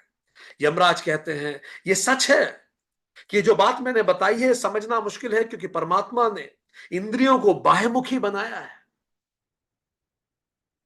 किंतु धीर अंतर्मुखी आत्मा को ही देखते हैं। यमराज ने कहा बिंब चैतन्य को देखते हैं, प्रतिबिंब को नहीं देखते। इंद्रियां बाहर देख रही हैं, मैं मानता हूं, पर धीर अंतर्मुखी होकर देखते हैं। इंद्रियों के परे मन है, यमराज कह चुके। दूसरे मंत्र में कहते हैं पर जो बाल बुद्धि होते हैं वो कामनाओं के पीछे, इंद्रियों के पीछे ही भागते रहते हैं, वो मृत्यु में फंसते हैं। पर धीर अनित्य की इच्छा नहीं करते हैं, वो व्यष्टि चैतन्य से कनेक्ट करते हैं, महातत्व से कनेक्ट करना चाहते हैं, कॉस्मिक इंटेलिजेंस से जुड़ना चाहते हैं। तीसरे मंत्र में यमराज कहते हैं आत्मा या नित्य से ही तो इंद्रियां चलती हैं। जो आत्मा को जान गया वो सब कुछ जान गया। यह आत्मा तीनों अवस्थाओं से पड़े है, जागृत, सुसुप्ति, स्वप्न, सुसुप्ति। इसको जानने से ही तुम शोक रहित हो जाओगे। यही व्यष्टि चैतन्य है, ये सब तरफ है। पांचवें मंत्र में यमराज कहते हैं आत्मा ही प्राण कर्म फल भोक्ता का धारक है। वो है तो ही ये जो कर्म फल भोक्ता मैं हूं, जिसको मैं कहता हूं, जो मेरे प्राण हैं, ये उसी के कारण तो है। उसे जानकर भय समाप्त होता है। समष्टि चैतन्य की भी अब वो बात करते हैं व्यक्तिगत रूप। छठे मंत्र में यमराज कहते हैं ईश्वर के तप से भूत उत्पन्न हुए। इस विराट में जब ब्रह्म ने क्रिया की तो ईश्वर आए, सगुण ब्रह्म हुए, और जब ईश्वर ने तप किया तो संपूर्ण भूत उत्पन्न हुए। पूरी जगत ईश्वर के तप से उत्पन्न हुई है। चलिए हम भी तप करें। जो भूत के परे उस तत्व को देखता है, हर भूत में परमात्मा है, क्योंकि परमात्मा के तप से ही निकला है, परमात्मा के पसीने से ही सब कुछ बना है। हम सब उसी परमात्मा के अंशावतार हैं। तो चलिए एक दूसरे में उस परमात्मा को देखें। सातवां मंत्र कहता है उसी से तो समष्टि प्राण है, अदिति जन्य इंद्रियां हैं, वही ब्रह्म है, उसे बुद्धि से देखो। देखो कि उसी से सब कुछ संचालित है। आठवें मंत्र में यमराज कहते हैं जैसे अरणियों में अग्नि है, जैसे गर्भरणियों में गर्भ है, वैसे ही हम में ब्रह्म है। जो बुद्धि की रगड़ से उसे देखता है वही ब्रह्म है। ये जितनी रगड़ पड़ती है जीवन में, जीवन में जितनी रगड़ हमें पड़ेगी, हर रगड़ हमें परमात्मा के करीब लेके जाएगी। शिकायत ना करें, देखिए परमात्मा ये रगड़ क्यों लगा रहा है। जितनी जल्दी आप उस रगड़ को देख लेंगे, आपकी नाराजगी आराधना में बदल जाएगी, आपका क्रोध उसकी कृपा पे आंसुओं से भर जाएगा, आप प्रसन्न चित्त हो जाएंगे। यमराज नवे मंत्र में कहते हैं जहां सूर्य उदय और अस्त होता है, जहां से सूर्य उदय होता है, जहां सूर्य भी अस्त हो जाता है, जिस पर ये सारे देव आश्रित हैं, जिसका कोई उल्लंघन नहीं कर सकता, वही विराट तो ब्रह्म है। नवे मंत्र ने कहा वही विराट तो ब्रह्म है। वही विराट जिससे पूरा कॉस्मिक प्लान चलता है, वही ब्रह्म है। जब आप उससे कनेक्ट करते हो तो आप सबसे कनेक्ट कर लेते हो। दसवें मंत्र में यमराज ने कहा है जो यहां है वही वहां भी है। जो अद्वैत में द्वैत को देखता है वह मृत्यु को प्राप्त होता है। ये सब अद्वैत ही है। कण कण में शंकर जिसको दिखता है, कण कण में जो शंकर को देखता है, जो तृष्णा के परे कृष्णा को देखता है, जिसको हर व्यक्ति में महाकाल दिखता है, बस वही देखता है। क्योंकि जो यहां है वही वहां है। पर जो इस अद्वैत में भी द्वैत को देखता है वो तो मरने के लिए ही बना है, वो तो कहीं पहुंचा ही नहीं अभी। उसकी तो बातें, उसने तो यात्रा ही शुरू नहीं की, यमराज कहते हैं। तो चलिए आसपास सबको प्रेम करें। हम ही तो वो हैं, अलग अलग रूपों में। पर यमराज 11वें मंत्र में कहते हैं पर यह केवल बुद्धि से देखा जा सकता है। क्योंकि रंग पे देखोगे तो रंग अटक जाओगे, जाति देखोगे तो वहां अटक जाओगे, नेशनैलिटी देखोगे तो फिर अटक जाओगे। पर जब आप सूक्ष्म बुद्धि से देखोगे तो आप पाओगे हम सब उसी के तो संतान हैं। जब संतानें आपस में लड़ती है तो माता पिता को कितना कष्ट होता है। तो चलिए आपस में प्रेम से रहें, अद्वैत में स्थापित हो। यमराज ने कहा, 12वें मंत्र में यमराज ने कहा, जो इस अंगूठे के परिमाण स्वरूप सब में स्थित है वह भूत भविष्य का नियंता ब्रह्म है। हम सब में वो स्थित है, वही तो हमारा कर्ता धर्ता है। और वो कौन है? हम ही तो वो है, हम ही तो हमारा भविष्य निर्माता है। 13वें मंत्र में यमराज ने कहा, यह आत्मा आजकल और सदा निर्मल ज्योति के रूप में सभी प्राणियों में विद्यमान है। किस बात का हमें डर है? हम कभी खत्म नहीं हो सकते, हम नित्य हैं, हमारा कोई नुकसान नहीं कर सकता,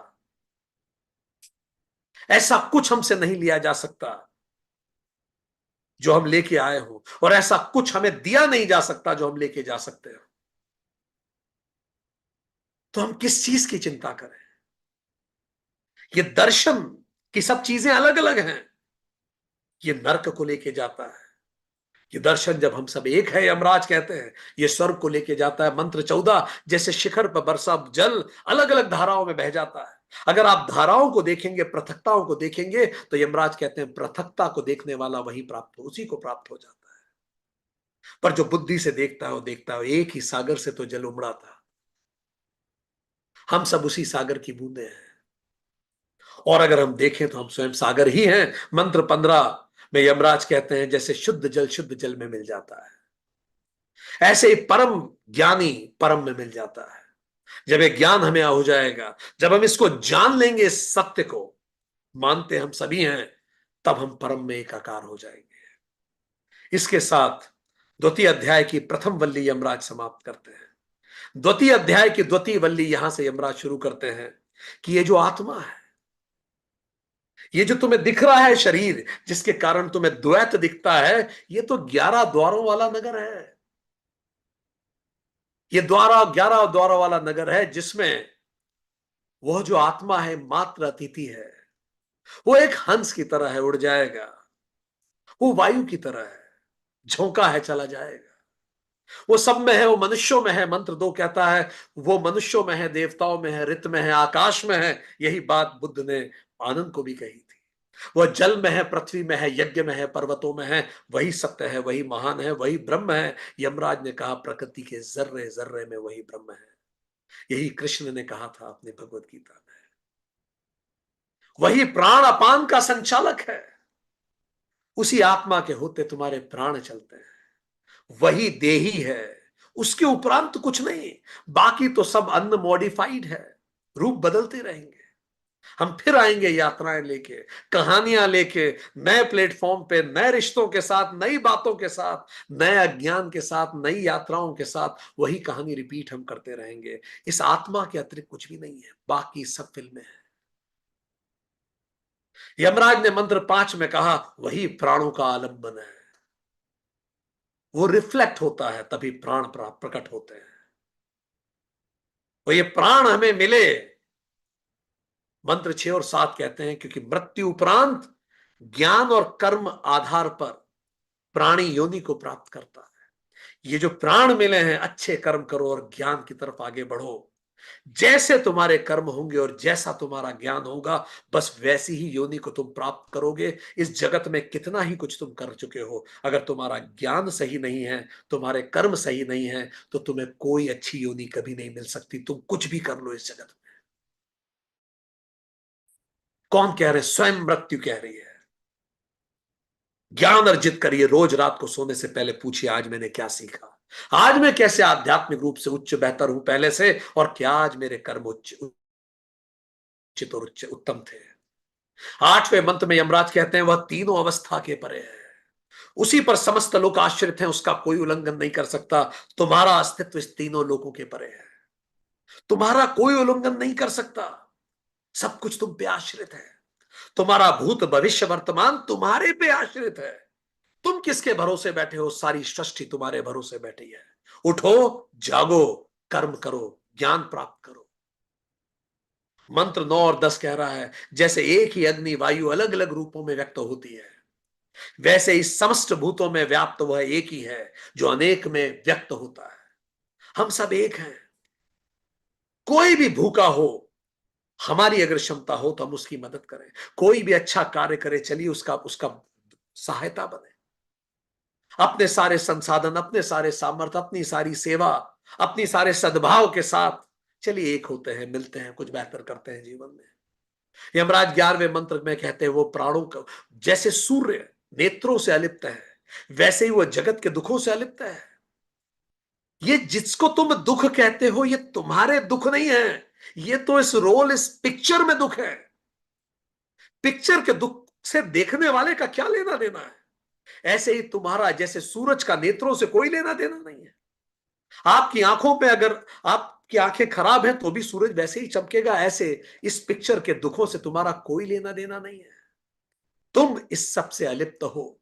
मंत्र 12 में यमराज कहते हैं, वह सबको अपने अधीन रखने वाला संपूर्ण भूतों का अंतरात्मा है।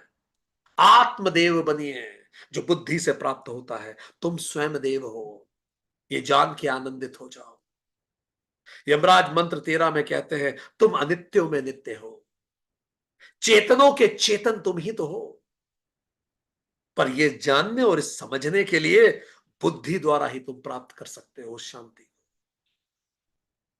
मंत्र 14 में यमराज कहते हैं, ऐसे बुद्धिमान धूर पुरुष तुरंत समझ के कहते हैं, यही वह है, यही वह है।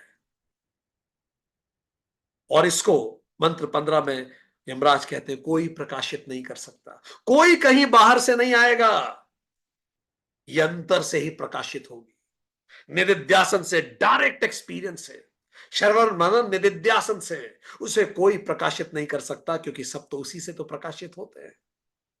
वो है तो हम हैं, उसी से तो हम प्रकाशित हो पाते हैं।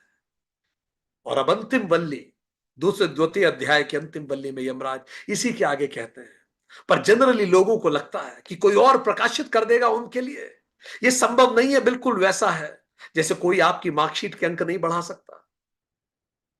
लोग उल्टा समझते हैं। यमराज तृतीय वल्ली में शुरुआत में कहते हैं, यह ऊर्ध्वमूल अश्वस्थ वृक्ष सनातन है, ये सत्य सनातन है।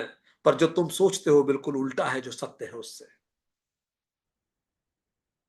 और ये जो सनातन बीज है, जो आत्मा है, मंत्र 2 कहता है, जगत उससे ही व्यक्त है और क्रियाशील होता है। और ये पूरा सिस्टम जिस परफेक्शन से चलता है, मानो किसी से भय से चलता हो। इतना परफेक्शन, सब अपने अपने नियमों से बंधे हुए हैं। तुम भी अपने धर्म से बंध जाओ। प्रकृति का जर्रा जर्रा धर्म से आचरण कर रहा है, तुम भी धार्मिक आचरण करो, यमराज कहते हैं। मंत्र 4 में यमराज कहते हैं, यदि शरीर के पतन के पूर्व उसे न जाना तो फिर से कहानी रिपीट होगी, गिनती फिर से 1 से चालू होगी। सांप सीढ़ी में सांप काटने के बाद फिर से 1 से पासा फेंकना पड़ेगा। यमराज ने 5वें मंत्र में कहा, पृथक पृथक लोकों में वह पृथक पृथक रूपों में दर्शन देता है, पर केवल ब्रह्म लोक में वो स्पष्ट होता है। आपको अलग अलग तरफ जो दर्शन दे रहा है वही दर्शन दे रहा है। जब कोई मुश्किल आए, जानो वो दर्शन दे रहा है। हर तरफ वही बार बार दर्शन देता है। अलग अलग लोकों में वो सपने में दर्शन देता है, जागृत में देता है। पर जब आपकी बुद्धि प्रगाढ़ होती है, ज्ञान स्थापित होता है, जब आप ब्रह्मलोक में होते हैं, तो आपको स्पष्ट समझ में आता है। क्योंकि इंद्रियों से जो आप देख रहे हो वो तो क्षणिक है, मंत्र 6 ने कहा। यमराज ने कहा, मैं फिर से याद दिला दूं, इंद्रियों के परे मन है, मन के परे बुद्धि, बुद्धि के परे महान आत्मा, ये कॉस्मिक प्लान, और इस कॉस्मिक प्लान के परे वो ईश्वर है। यमराज ने कहा, मैं फिर से याद दिला दूं, और ईश्वर के परे वो ब्रह्म है, और वो ब्रह्म तुम ही हो। और वो ब्रह्म अलिंग है, जिसको मूर्त रूप में नहीं समझा जा सकता। इसे जानने वाला मुक्त हो जाता है। जिस पल तुम जान जाओगे कि ये सब तुम्हारा ही विस्तार है, ये पूरी सृष्टि तुम्हारा विस्तार है, तुम्हें किसी से भय नहीं रहेगा। पर इसे देख के, पढ़ के नहीं समझा जा सकता। 9वें मंत्र में कहा, इंद्रियों से नहीं अपितु निरंतर मनन से इसको जान सकते हो। 10वें मंत्र ने कहा, इंद्रियों व बुद्धियों की परम शांति की स्थिति ही परम गति है। जब इंद्रियां और बुद्धि बिल्कुल शांत हो जाती है, जब सारी कामनाएं चली जाती हैं, तो सूरज के प्रकाश की तरह पुनः प्रकाशित होता है। जब सारे बादल हट जाते हैं, वो गति, वो परम शांति ही परम गति है। बस यही योग है, यमराज ने कहा। इस परम गति के लिए शुरुआत इसी विश्वास से करें कि वह है। 13वें मंत्र ने कहा, इस विश्वास से शुरू करने वालों के प्रति वह स्वयं प्रकट होता है। यात्रा यहां से शुरू करें कि वो है, और यात्रा यहां खत्म करें। 14वें मंत्र ने कहा, जब हृदय की सारी कामनाएं समाप्त हो जाए। जैसे बड़े हो जाने पर के बाद छोटे बच्चों के खिलौने के प्रति वैसी कामनाएं नहीं रहती, अच्छा लगता है पर वो मोहता नहीं है। और 15वें मंत्र में कहा, जब हृदय की संपूर्ण ग्रंथियों का छेदन हो जाता है, सारी गांठें खुल जाती हैं, तब ये मृत जीव अमृत हो जाता है। और जब ऐसी स्थिति आती है तो 16वें मंत्र में यमराज ने कहा, तब जीव सुषुम्ना नाड़ी से ऊर्ध्व गमन करता हुआ मूर्धा का बोधन करते हुए उस ब्रह्म रंध्र से जीवात्मा शरीर को त्यागती है, और फिर इस मृत मृत जीवन में जन्म मृत्यु के चक्र में फिर कभी नहीं आती। तो बिल्कुल धैर्य से हृदय में स्थित उस अंतरात्मा इस शरीर से, इस प्रक्रिया से शरीर से बाहर निकालते हुए ब्रह्मलोक को प्राप्त करें, यही क्रम मुक्ति है। इस विद्या व विधि को जानकर ही नचिकेता मुक्त हुआ है। कोई अन्य भी इसको जानेगा तो 18वां मंत्र कहता है, इसी प्रकार वो भी मुक्त हो जाएगा। ये कठोपनिषद समग्र है। कौन सी विधि के बारे में यमराज बार बार कह रहे हैं? कुछ पल हम भगवत गीता से, भगवान कृष्ण से उस विधि का आप विधि के बारे में आप सभी को बताते हैं। अध्याय 8 श्लोक 12-13 भगवत गीता। कुछ स्टेप्स भगवान ने बताई हैं। आप आंखें बंद करके उस स्टेप्स को सुनेंगे और बेहतर गहराई से आप समझ पाएंगे। भगवान कहते हैं, सर्व द्वाराणि संयम्य, सभी द्वारों को, सारी इंद्रियों को रोककर, आंख, कान, नाक, मन सबको रोक दीजिए। मनः हृदय निरुद्ध, मन को हृदय देश में निरुद्ध कर कर, स्थिर कर कर, सारी इंद्रियां शांत, मन स्थिर। मूर्धि आघाय आत्मनः प्राणम आस्थित, योग धारणा, प्राणों को अपने मस्तक में स्थापित कर परम योग की अवस्था में स्थापित हो। ओम इति एव अक्षरम ब्रह्म व्याहरन, ओम अक्षर का उच्चारण करते हुए अनन्य चेता संततम यह माम स्मरति, माम अनुस्मरण, अनन्य भाव के साथ मुझ निर्गुण ब्रह्म का स्मरण करता हूं। यह प्रयाति त्यजन देहम, जो इस देह को त्याग के जाता है, अंतिम समाधि लेता है, सह याति परमाम गतिम, वह परम गंतव्य को प्राप्त करता है। दुख आलयम अशाश्वतम पुनर्जन्म न आपनुवंती, उसे फिर कभी दुख नहीं होता, वो हमेशा शाश्वत हो जाता है और पुनर्जन्म को कभी प्राप्त नहीं होता। तो आप सभी इसी प्रकार यमराज द्वारा बताए गए मार्ग से अपनी सारी इंद्रियों को निरुद्ध कर कर, मन को पूरी तरह से शांत कर कर, अपनी चेतना को अपने मस्तक में स्थापित करके बहुत शांति से, एक स्थिर मन चित्त बुद्धि से, बहुत शांति से पूरे प्राण को, अपनी चेतना को अपने मस्तक में स्थापित करके ओम का उच्चारण करते हुए उस निर्गुण ब्रह्म का ध्यान करते हुए हम में से जो भी अपने शरीर को त्यागेगा वो उस परम धाम को, परम गति को प्राप्त करेगा। तो अब हम 5 बार ओम का उच्चारण करेंगे। इससे पहले कि हम ओम का उच्चारण करें, अपनी रीढ़ की हड्डी को सीधी कीजिए और कठोपनिषद की पूर्णाहुति के लिए तैयार हो जाइए। ये पूर्णाहुति का जो सत्व है, ये आज समर्पित है स्वर्गीय श्री रमेश चंद्र राजपूत जी को, जिन्होंने 31/10/2024 कुछ दिन पहले शरीर को त्यागा है। हम स्वर्गीय श्री रमेश चंद्र जी राजपूत जी की जीवात्मा को अभी आह्वान करते हैं कि इस पूर्णाहुति में हमारे साथ जुड़े और इस पूर्णाहुति का जो सत है वो आपको अपने आगे के नए जीवन की यात्रा के लिए, परम पद की प्राप्ति के लिए सहायक हो। हम सभी लोग जो दुनिया के किसी भी कोने में किसी भी समय इस सेशन को अटेंड कर रहे हैं, चलिए अपनी ऊर्जाएं एक दूसरे से जोड़ते हैं, एक दूसरे का आह्वान कीजिए।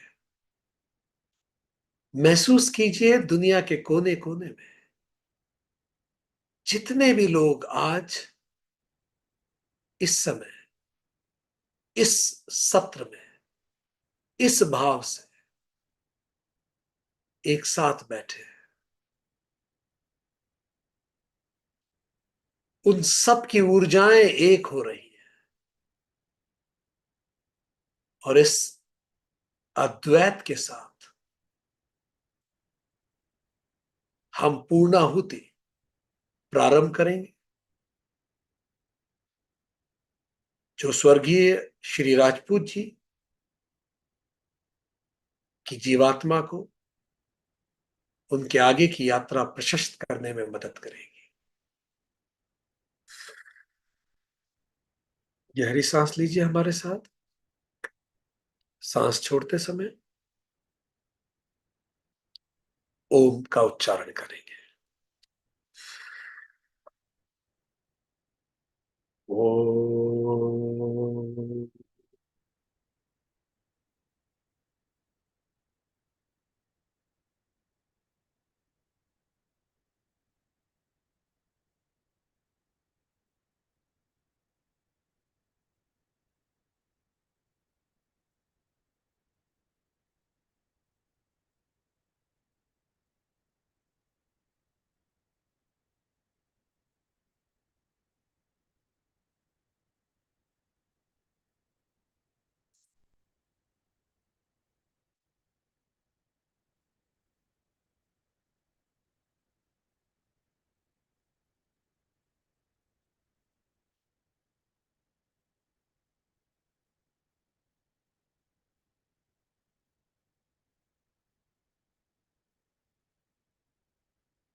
और अब अपने सारे पूर्वजों को याद कीजिए, पितरों को याद कीजिए जो इस दुनिया में नहीं रहे। हर वो व्यक्ति, हर वो जीव जो आपके संज्ञान में हो और इस दुनिया में नहीं है, उनको याद करते हुए उनकी जीवात्माओं के लिए भी हम फिर से 2 बार ओम का उच्चारण करेंगे। वो सभी जीवात्माएं यदि वो शरीर को प्राप्त कर चुकी हैं तो वो जहां भी हैं आज के इस ध्यान से और बलवती हो और अपने जीवन के लक्ष्य की ओर बढ़े। और यदि वो शरीर प्राप्त नहीं कर चुकी है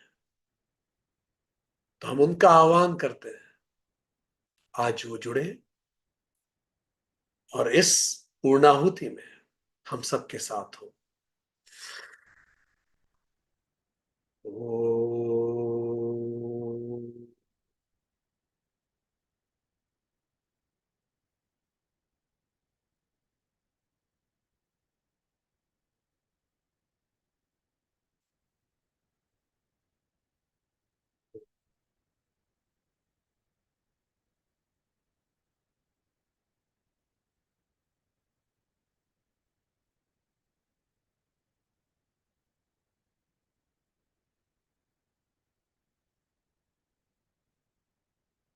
और अब हम सब मिलके आह्वान करेंगे, इस दृश्य अदृश्य जगत में जितनी भी जीवात्माएं शरीरधारी हैं, और सभी चर और अचर महाभूत, उन सब का आह्वान करके इस समाज, इस सृष्टि के कल्याण के लिए सब अपनी ऊर्जाएं जोड़कर इस सृष्टि के कल्याण के लिए ओम का ध्यान करेंगे। पूरी पृथ्वी, पूरी सृष्टि, पूरी अस्तित्व,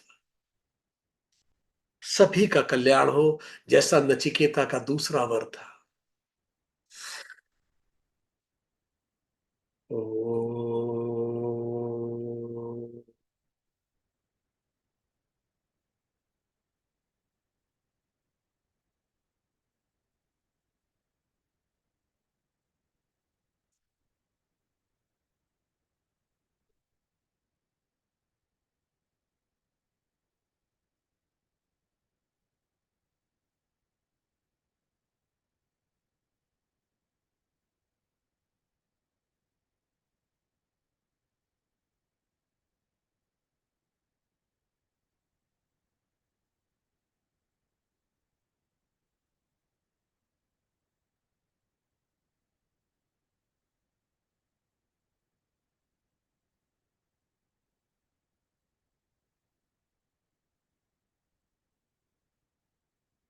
और अब अंततः आत्मनो मोक्षार्थम, जो नचिकेता का तीसरा वर था, अपने मोक्ष हेतु इस बार ओम बोलते समय महसूस कीजिए आपकी रीढ़ की हड्डी के बीचों बीच सुषुम्ना नाड़ी से चेतना को ऊपर अग्रसर होते हुए आपको सुषुम्ना नाड़ी में, अपनी रीढ़ की हड्डी में गर्माहट महसूस होगी। 5 बार ओम चांट करेंगे पूरे मन से। जैसे ही सांस आप छोड़ते जाएंगे, आप देखेंगे कि आपकी चेतना सुषुम्ना के माध्यम से ऊपर अग्रसर हो रही है, और उसको ऊपर अग्रसर होते हुए चोट करने दीजिए सहस्त्रार चक्र पे। गहरी सांस लेंगे।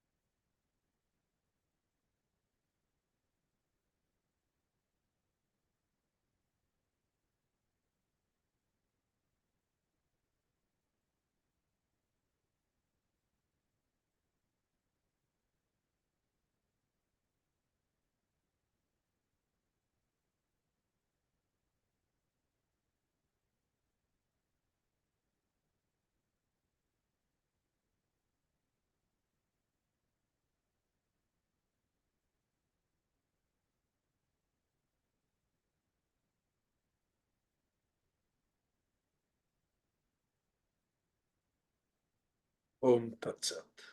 इति श्री।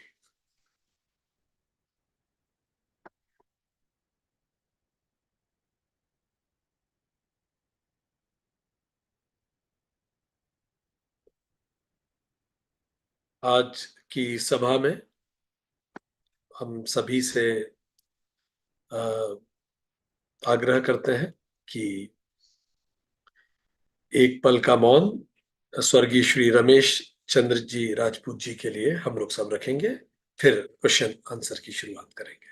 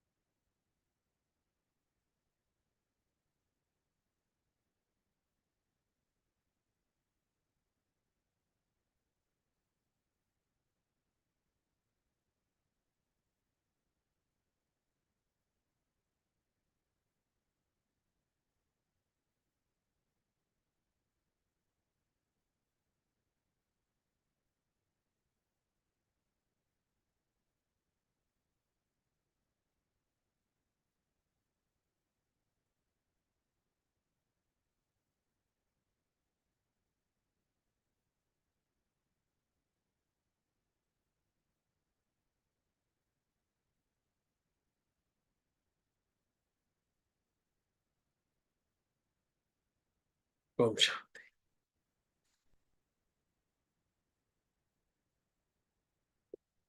आप